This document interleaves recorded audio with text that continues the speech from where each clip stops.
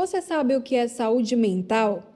Em nossos estúdios eu recebo a assistente social e especialista no assunto, Ângela Souza, e a gente vai bater um papo mais esclarecedor a respeito desse assunto. Então, Ângela, fala um pouquinho sobre o teu currículo, né? Você é formada em assistente social, mas você tem outras formações. Sim, olá a todos, né?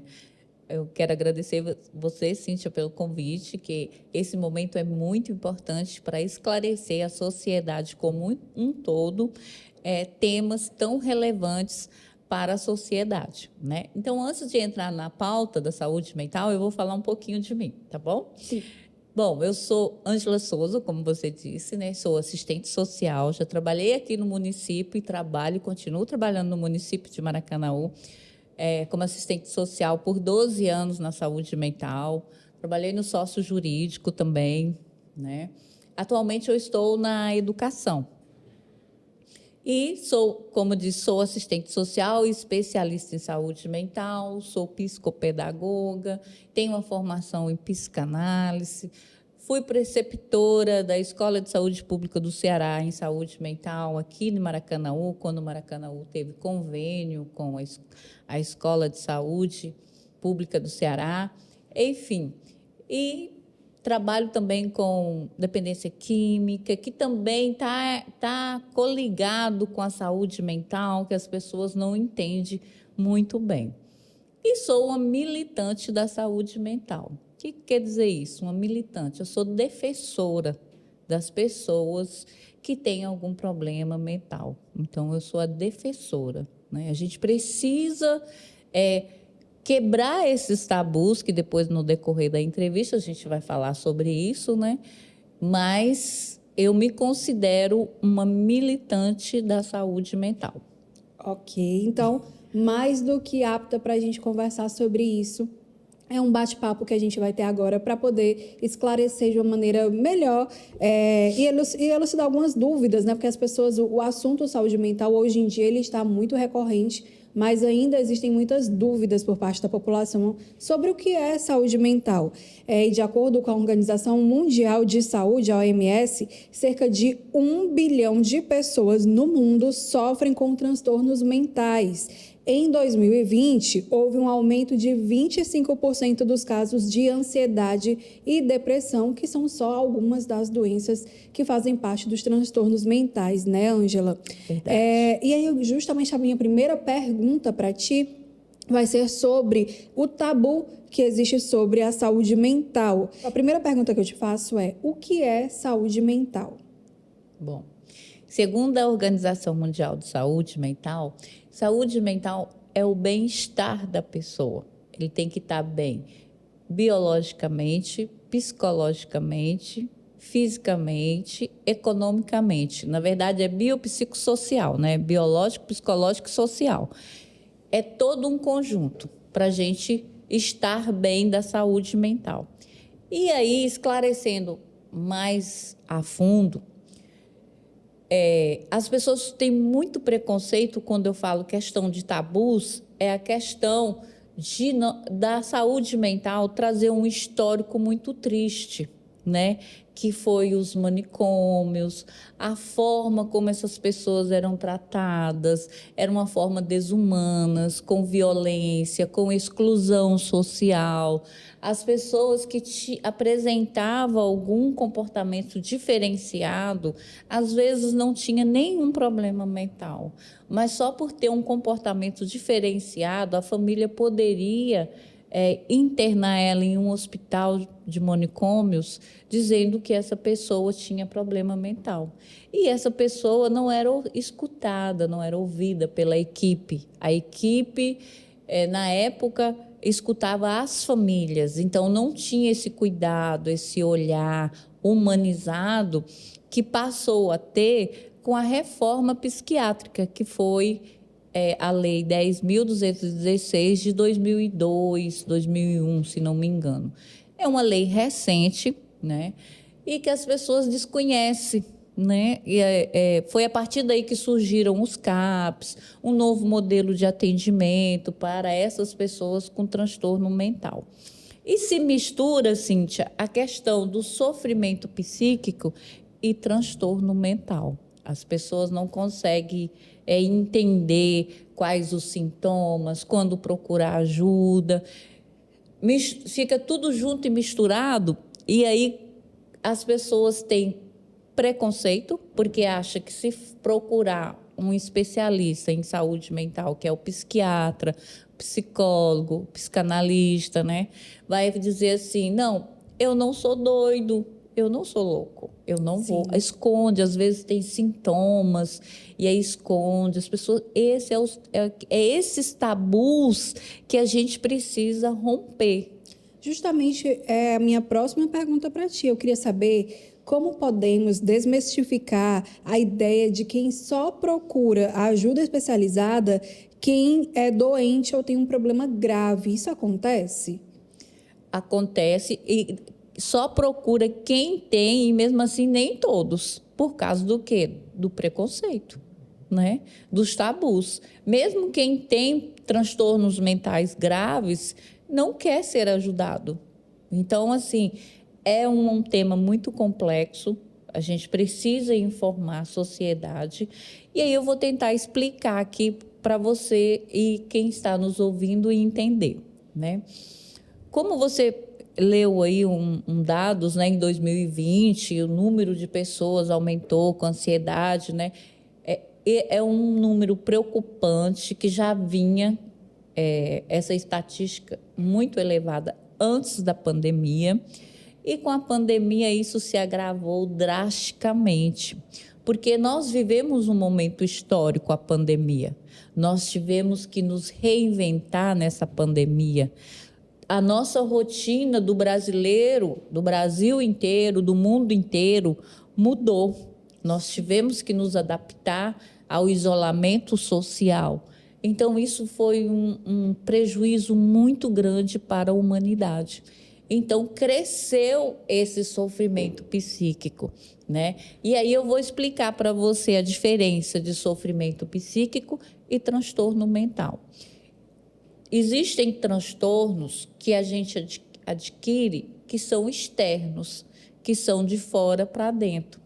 E existem transtornos mentais que é interno. Eu nasci com esse problema e ele pode pode ser percebido logo quando criança, ou só depois de adolescente, ou ele pode desencadear numa fase da minha vida se eu não tive uma criação bem acolhedora, bem amado, enfim.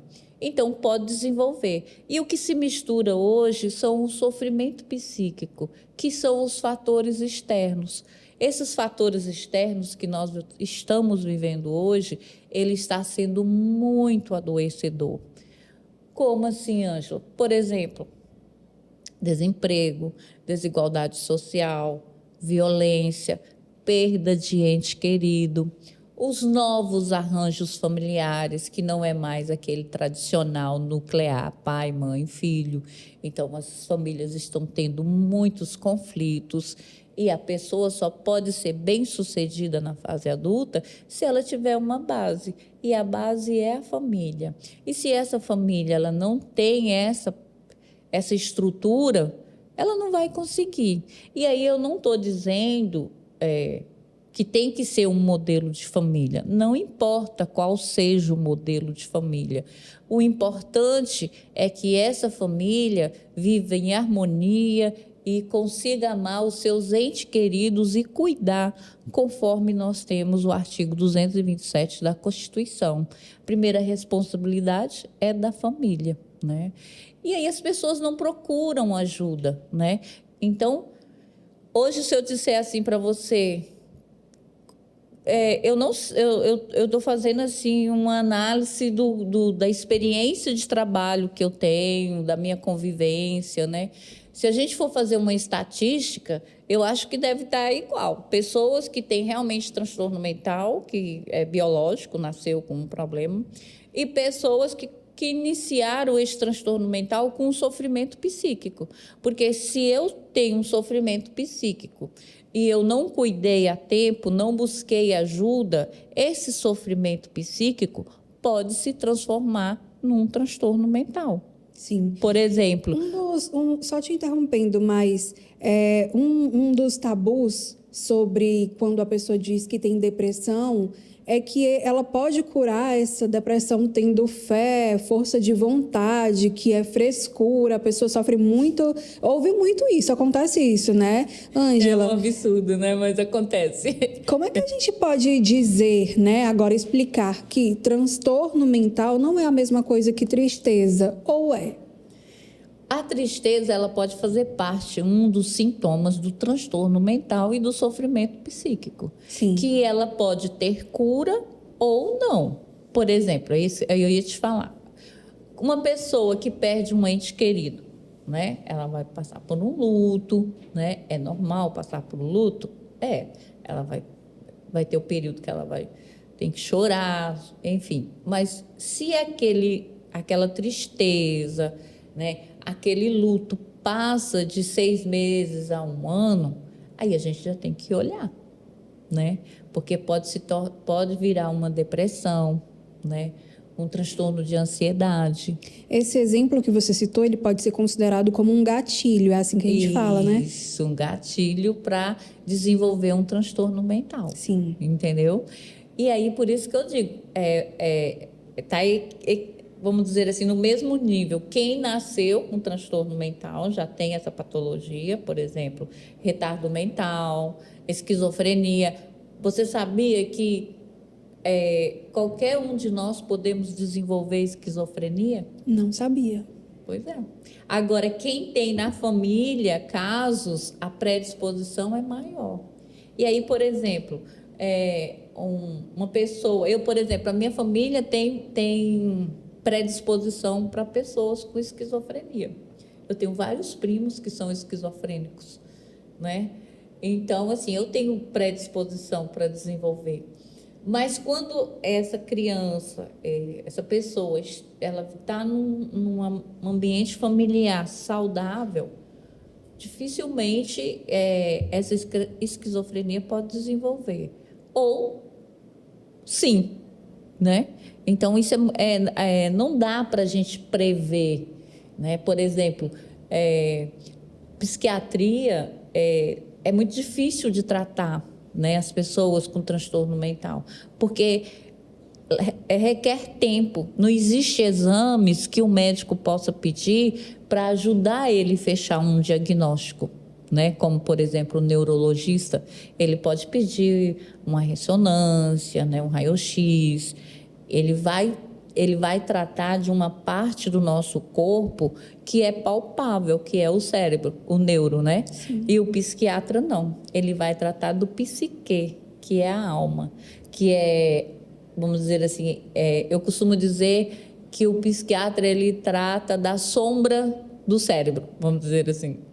Assim, de uma forma bem simples, para que as pessoas entendam.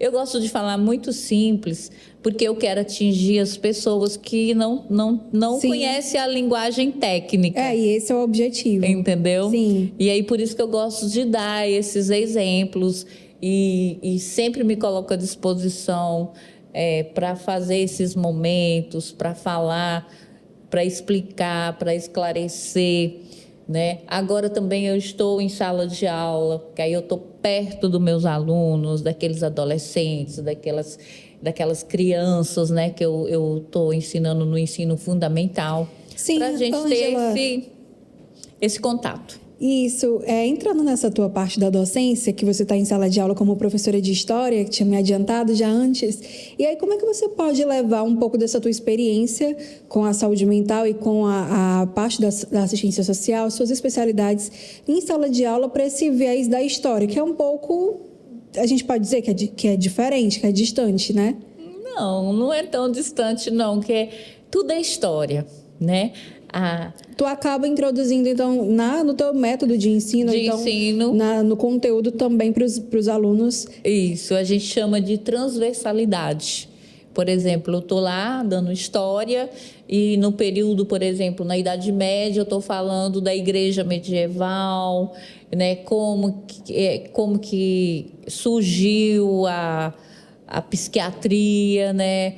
Os manicômios, e aí eu vou falar no período da história, o que aconteceu, como é que as pessoas viviam, como é que as pessoas eram tratadas. Bacana, muito entendeu? interessante. E aí eu entro no foco que a gente precisa falar para esses jovens. E deixa eu te perguntar, a pessoa que tem adoecimento mental, como que ela deve procurar, como que ela deve identificar que ela precisa de ajuda, como ela deve buscar esse tratamento? Bom, primeiro passo, gente, é romper com o preconceito. Eu estou até olhando para aquela câmera ali, ó, porque eu quero olhar no olho dos meus ouvintes, né? Romper com o preconceito. Gente, a gente precisa cuidar da nossa saúde mental. Então, a gente não precisa ter vergonha. Então, eu vou falar alguns sinais que a gente deve ficar atento. E se a gente não conseguir lidar com essas questões sozinho, porque às vezes você tem uma resiliência num nível bem bacana que você consegue superar sozinho, sem medicamento, sem terapia, né? Eu não sou a favor de medicamento, viu, gente? Mas tem situações que é necessário, não tem para onde correr, então tem que tomar medicação, mas esse olhar humanizado, a gente só parte para esse tratamento. Quando eu falo a gente, é porque eu me considero do grupo da saúde mental, mas quem pode passar medicamento é só o psiquiatra, viu, gente? Psicólogo não pode passar, assistente social, enfermeiro tem algumas medicações que ele pode prescrever, mas só quem tem essa autonomia são os médicos, e principalmente o médico psiquiatra. Né? Outros médicos, eles têm essa autonomia? Tem, mas às vezes ele não é especializado naquela área, então ele encaminha para o psiquiatra, tá? Mas se ele quiser passar também, ele pode, né? E aí, quais são os sintomas, Cíntia? Por exemplo, ninguém apresenta uns sintomas do nada, tá? Alguma coisa está acontecendo. E nós sabemos que hoje muitas coisas estão acontecendo com as pessoas, né? Principalmente hoje o maior desafio do ser humano é ele conseguir se manter, o seu sustento de cada dia, né?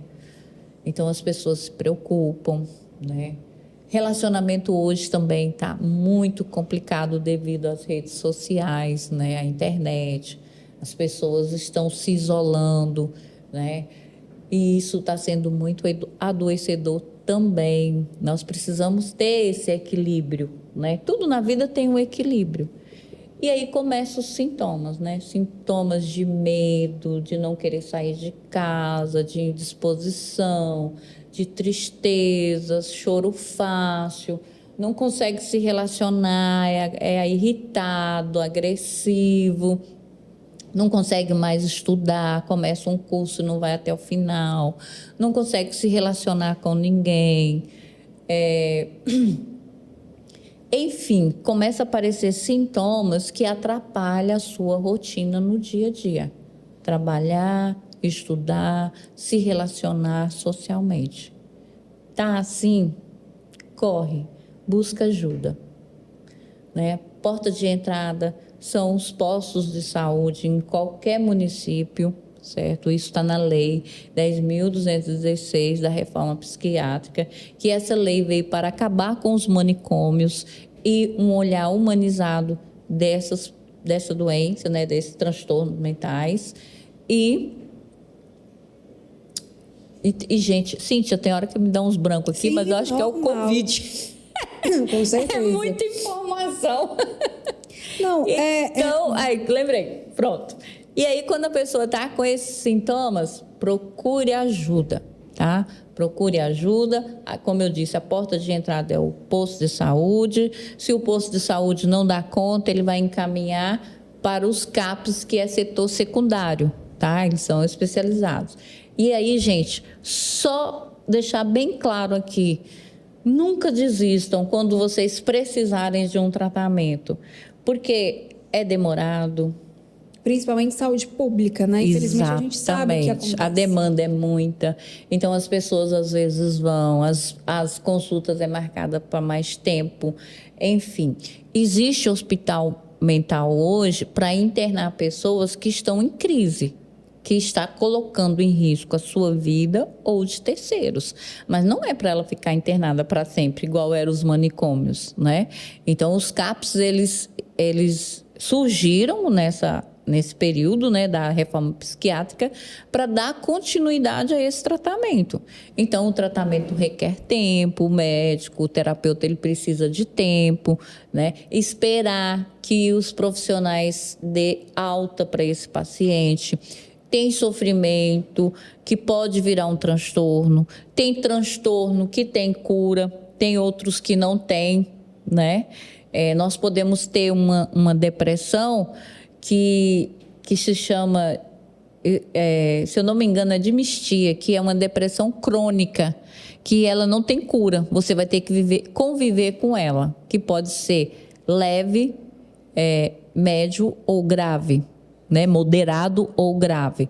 Então, a gente precisa conhecer e buscar e ter paciência e não se automedicar. Ou então, quando começa o tratamento, tem uma melhora, eu estou ótima, não preciso mais. Aí, por si só, decide parar a medicação e não vai mais no médico. Então, tudo que você estava sentindo, que melhorou com o tratamento, quando você interrompe de uma vez, sem acompanhamento da equipe, você volta a ter tudo novamente. E pode ser dobrado ainda. Pode ser que seja de imediato, pode ser que leve um tempo, mas você acaba entrando em crise novamente. Até porque, como eu disse, nós estamos vivendo numa época muito difícil, que não dá para dizer assim, eu não tenho ansiedade, eu não tenho preocupação, né? E dentro da saúde mental, que é o assunto que a gente estava conversando, nós já falamos aqui sobre a depressão e tem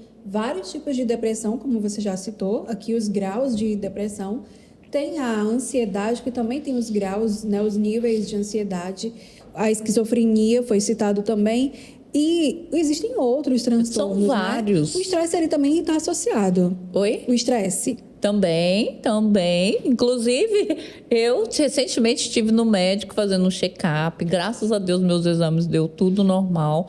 Mas eu estava sentindo esse sintoma. Estresse, muito trabalho. Sim, às vezes, no dia a dia, né? A gente está passando por uma sobrecarga no trabalho, nos nossos relacionamentos, como você citou. No nosso dia a dia, a convivência, a falta de tempo, tudo isso pode desencadear algum tipo de doença, né? Que está relacionado não ao corpo físico, mas à mente. Inclusive, a gente pode dizer, eu já ouvi falar, você que vai falar para mim com essa certeza, que muitas das doenças ou alguma coisa que a gente sente fisicamente está relacionada à mente. Verdade. Eles chamam psicossomáticos, né? Que a pessoa sente tudo, dor de estômago, palpitação no coração, dor de cabeça, falta de ar, vai morrer, vai no médico, aí faz todos os exames, não dá nada. É porque mentalmente ela não está bem, ela está com estresse, ela está ansiosa, pode estar com transtorno do pânico, enfim. E aí é o momento de procurar ajuda. E, Ângela, como é que a gente pode cuidar da nossa saúde mental? Que exercícios a gente pode fazer durante o nosso dia a dia para a gente poder cuidar, né, relaxar um pouco mais e cuidar da nossa mente? Temos várias dicas que a gente pode fazer para cuidar da nossa saúde mental. Atividade física, alimentação, viver num ambiente saudável. Se, igual a gente falou de estresse, se a nossa sobrecarga está demais, vamos diminuir aí, vamos fazer uma nova rotina para a vida da gente, né? Lazer é importante, né? Enfim, são tantas coisas que nós podemos fazer no nosso dia a dia e que a gente vai deixando para depois, né? Se alimenta mal, a gente trabalha, vai para um canto, vai para o outro, né? Tudo isso é prejudicial à saúde. né? Conversar com amigos, né, sobre os seus problemas, seu estresse, seu dia a dia. É a mesma coisa de conversar com um psicólogo, por exemplo? Como que a gente pode diferenciar, Boa né, pergunta. e mudar essa questão assim, eu tô estressada, quero desabafar, vou no barzinho com a amiga. Olha, gente, deixa eu só esclarecer aqui para vocês. Eu não sou psiquiatra e nem sou psicóloga, tá? Eu sou especialista em saúde mental, mas eu gosto muito dessa área. Então, por eu trabalhar, conviver com psiquiatras, com psicólogos, então a gente acaba, né, tendo a prática. Mas você fez uma boa pergunta. Olha, a gente tem que tomar muito cuidado com a psicologia do senso comum. Qual que é a psicologia do senso comum? É você conversar com seus amigos e contar os seus problemas, e o seu amigo vai dar os conselhos para você, o que é bom para eles. Às vezes funciona, outras não. Então, aí nós chamamos de psicologia do senso comum. Se você vai para um profissional que estudou, que está preparado, que sabe qual é a metodologia, qual a abordagem que ele vai trabalhar, ele vai ter um conhecimento científico e ele vai saber lidar com essas questões. Agora, sim, é importante, isso aí agora é uma opinião pessoal minha, viu, gente? Você fazer terapia com um profissional que você tenha vínculo, que você tenha empatia. Porque você não vai conseguir falar com uma pessoa que você não simpatizou dos seus problemas, da sua intimidade. Então, é muito importante você ter o vínculo. E é necessário, gente, hoje é necessário terapia para prevenir, prevenção, porque nós já estamos no caos, né? Então, é legal, às vezes, você estar conversando com os amigos, receber um conselho, pode ser que funcione, tá? Mas o ideal é você procurar um profissional. Até porque se eu estou pensando, eu estou estressada, quero desestressar, vou falar com um amigo e tal, mas às vezes não resolveu, não foi o suficiente. Eu posso, a pessoa que tem um pouco mais de elucidez não é nem elucidez, é a palavra, a pessoa que tem, que conhece, né? Que conhece já, porque nem todo mundo tem acesso e conhecimento sobre o profissional, o que o profissional faz.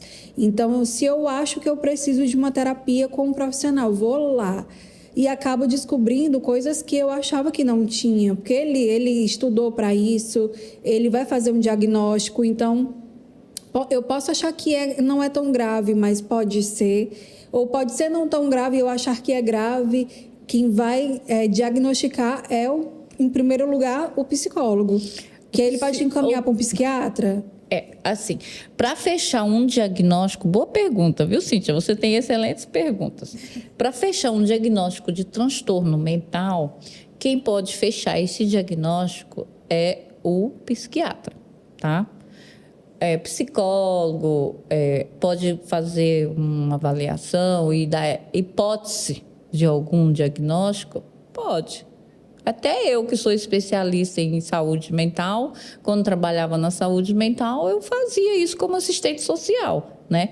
Eu não estou afirmando, mas devido ao atendimento, né, os sintomas, eu cheguei a essa hipótese, né? E aí eu vejo que aquele paciente ele precisa de uma avaliação com um profissional especialista mesmo na área, que é o psiquiatra, no caso, né? E aí a gente encaminha, nós podemos encaminhar, o enfermeiro pode encaminhar, o assistente social pode encaminhar, o psicólogo pode encaminhar, né?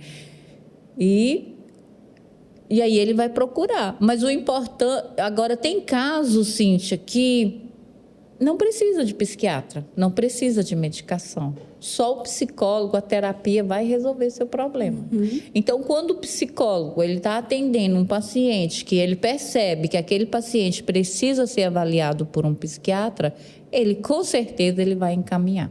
E também a gente estava comentando que o psiquiatra é quem pode tanto dar um diagnóstico quanto medicar. O psicólogo não faz isso. Não. Mas isso não quer dizer que ele não tenha os métodos de tratamento, como, por exemplo, ele não vai sentar e ouvir. ele vai dizer São outros métodos. Outro método, ele vai aplicar um outro método de até exercícios que a pessoa pode fazer, não é mesmo, Ângela? Isso. O médico, ele também, por exemplo, às vezes pessoas vai direto para o médico, psiquiatra, né?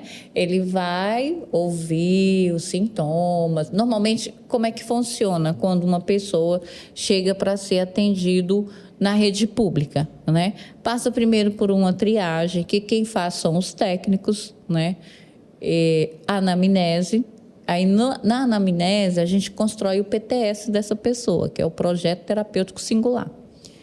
E aí a gente tem essa preparação para ter essa condição de avaliar se essa pessoa tem perfil para continuar sendo atendida no CAPS ou não. Se tiver, a gente vai agendar para uma avaliação psiquiátrica e vai agendar para os outros profissionais que estiver na rede, como, por exemplo, psicólogo, assistente social, enfermeiro. De acordo com a necessidade desse paciente, a gente vai encaminhar, né? E aí vai dar continuidade a esse tratamento. E também vai ter pacientes que vai ser atendido só pelo psicólogo, que ele não precisa de medicamentos. Ou então vai precisar dos dois, psiquiatra, psicólogo, ou de todos, ou vai precisar só do psiquiatra. Então, cada caso é um caso que precisa ser avaliado, né, para ver como que vai traçar esse tratamento, esse PTS de cada paciente. Então, é bastante complexo, é bastante complicado. E aí, por falta de informação, as pessoas acham que não pode ir porque não é louco, porque tem medo, das pessoas vão pensar que ele é doido, enfim. E aí não procuram. E aí as pessoas estão surtando aí no meio da rua, aí, agredindo os outros, até chegando mesmo a casos mais graves de homicídio, né? Sim. Justamente por falta de informação. Então, esse momento aqui, Cíntia, é muito importante. Isso mesmo. Muito importante para a gente esclarecer a nossa sociedade. Com certeza, e eu agradeço muito a tua participação.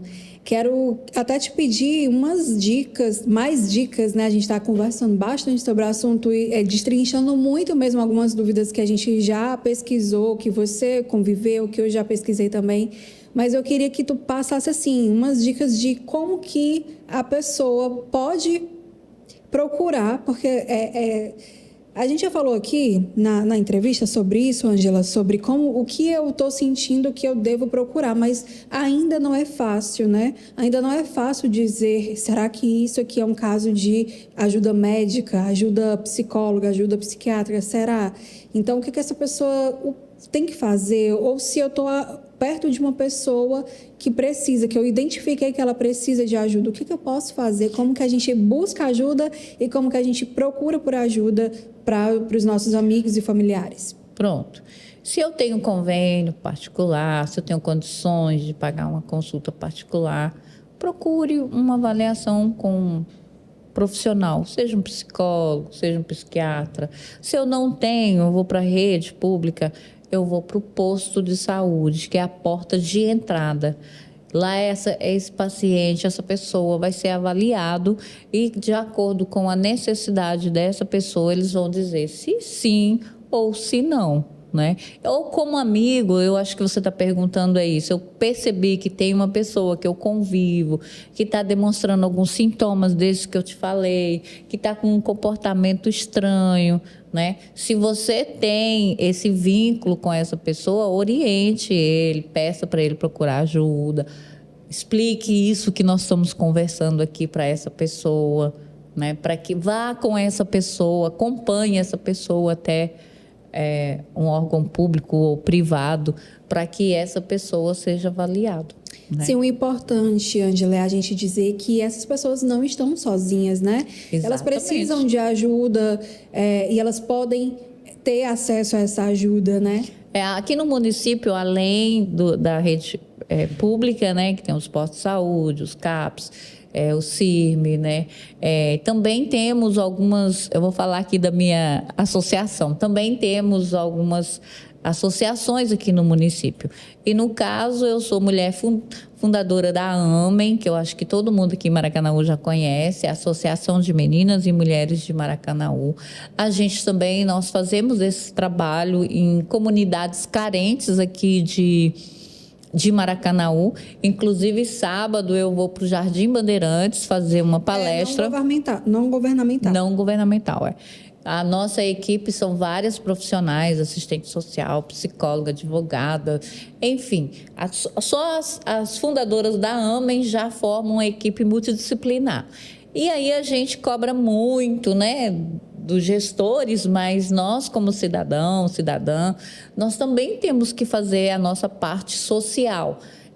Eu não estou fazendo assistencialismo e nem caridade, de forma alguma.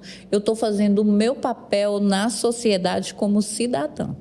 Então, essa associação, a gente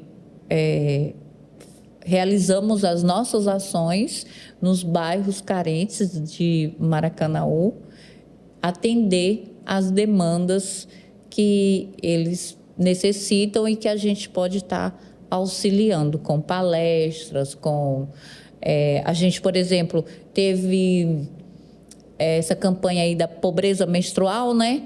Então, o Norte Shop de Maracanaú fez uma campanha, arrecadou vários absorventes e escolheu uma instituição para doar esses absorventes, né? E escolheu a gente, a AMEM Maracanaú. Então, nós recebemos... E através da instituição, vocês repassaram para as comunidades carentes. Nós fizemos os kits, né? Também recebemos do Restaurante Popular daqui de Maracanaú alguns itens de higiene pessoal. E aí nós montamos uns kits, né? E fomos distribuir aos finais de semana nas comunidades carentes de Maracanaú. Inclusive, nós temos o nosso Instagram, que é AMEM Maracanaú, lá tem o registro de tudo que a gente faz. Temos como parceria, assim, de mão cheia, o Norte Shopping. Nós já fizemos também o cinema para crianças autistas, tem 2 vagas no estacionamento do shopping de Maracanaú para crianças autistas gratuitos. Tudo isso, gente, a gente conseguiu através da AMEM. E outras coisas mais que agora eu não estou lembrando, que já tem 2 anos que nós estamos fazendo esse trabalho social. Muito bacana, e eu vou deixar o @ do Instagram de vocês nos nossos caracteres e também já faço o convite, né, para em outro momento a gente conversar mais sobre o projeto, que é muito interessante e necessário. Então, Ângela, nossa entrevista fica por aqui, eu te agradeço bastante, espero que o pessoal em casa tenha esclarecido, tenha tido entendimento, tenha observado bastante coisa e absorvido coisas interessantes do nosso momento. Obrigada, Ângela. De nada, eu que agradeço, né? Espero ter contribuído com o pouco conhecimento que eu tenho, porque a gente nunca sabe tudo, a gente ensina e aprende ao mesmo tempo, né? E me coloco à disposição aqui para quando vocês precisarem. É isso, de volta então com o pessoal do Fique Sabendo.